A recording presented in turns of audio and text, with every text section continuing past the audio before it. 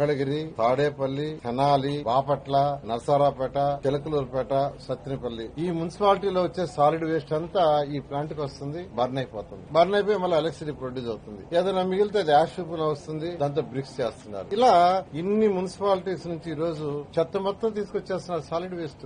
ఒక ప్లాంట్ పెడితే దానికి సరౌండ్ 50-60 కిలోమీటర్ల డిస్టెన్స్. ఆ రోజు పాలసీ కూడా అలా చేశాం. ఒక ప్లాంట్ పెడితే దానికి సరౌండింగ్స్ లో ఉండే 50 నుంచి 60 కిలోమీటర్ రేడియస్ లో ఉండే మున్సిపాలిటీస్ కావచ్చు, పంచాయతీలు కావచ్చు, నగర పంచాయతీలు కావచ్చు, మొత్తం దానికి ఇవ్వాలని. ఆ విధంగా ఈ రోజు చక్కగా ఇక్కడ జరుగుతుంది. అదే విధంగా విశాఖపట్నం తీసుకుంటే విశాఖపట్నంలో కూడా ఒక ప్లాంట్ పెట్టాం. విశాఖపట్నంలో కూడా సరౌండ్ 50 కిలోమీటర్స్ రేడియస్ లో ఉన్న వేస్ట్ మొత్తం అక్కడికి వస్తుంది. మొత్తం మీద ఈ రాష్ట్రంలో రోజుకి 6,890 మెట్రిక్ టన్స్ వేస్ట్ వస్తుంది. ఈ రెండు ప్లాంట్ తోనే ఈ రోజు దాదాపు 2,160 టన్నులు ట్రీట్ అయిపోతుంది. అంటే ఈ రాష్ట్రంలో ఇప్పుడు ప్రొడ్యూస్ అవుతుండే సాలిడ్ వేస్ట్ లో 2 ప్లాంట్లు గతంలో తెలుగుదేశం ప్రభుత్వం పెట్టడం వల్ల 31% ఈ ప్లాంట్లకు వచ్చి బర్న్ అయిపోతుంది. త్వరలో కాకినాడ, నెల్లూరులో కూడా ప్లాంట్లు పెడుతున్నాం. ఈ 2 ప్లాంట్లు కూడా వస్తే 52%. అంటే ఈ రాష్ట్రంలో ప్రతిరోజు వచ్చే సాలిడ్ వేస్ట్ 6,890 టన్నులలో 52% అంటే 3,600 టన్నులు ఈ ప్లాంట్ కి వెళ్ళిపోతుంది. అదే విధంగా కడప,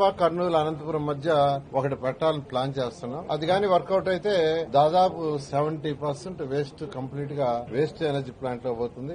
ఆ రోజు మేము ఆంధ్రప్రదేశ్ లో ఈ ప్లాంట్లు పెట్టేటప్పటికి భారతదేశం మొత్తం అన్ని రాష్ట్రాల్లో కలిసి 3 ప్లాంట్లు ఉంటే ఆంధ్రప్రదేశ్ లో 10 ప్లాంట్లు శాంక్షన్ చేశాం. అందులో 2 టేక్ ఆఫ్ అయినాయి, మిగతా గత ప్రభుత్వం వదిలేసింది. ఈ రోజు భారతదేశంలో 15 ప్లాంట్లు వస్తే గత ప్రభుత్వం 5 సంవత్సరాల్లో ఒక్కటంటే ఒకటి కూడా పెట్టలా. దాని మీద అలాంటి అవగాహనే లేదు. అవగాహన రహిత్యం ఉన్న ప్రభుత్వం అది. చెత్త పన్ను వేయటం తెలుసు కానీ ఆ చెత్తని ఎలా క్లీన్ చేయాలి అనేది లేదు. 85 లక్షల మెట్రిక్ టన్ల లెగసీ మిగిలిపోయింది. దాంట్లో 45 లక్షలు దాదాపు క్లీన్ చేశాం. మిగతా 40 లక్షలు కూడా అక్టోబర్ 22, 2025 అక్టోబర్ 2వ తేదీ కంప్లీట్ చేయాలని ముఖ్యమంత్రి గారు ఆదేశించారు. ఆ ఆదేశం ప్రకారం ఈరోజు జరుగుతుంది. ఖచ్చితంగా అక్టోబర్ 2వ తేదీకి ఈ రాష్ట్రంలో ఏదైతే డంప్ యార్డ్స్ ఉన్నాయో దాంట్లో ఉన్న లెగసీ మొత్తాన్ని క్లీన్ చేస్తామని రాష్ట్ర ప్రజలకు మరొకసారి తెలియజేస్తున్నాను.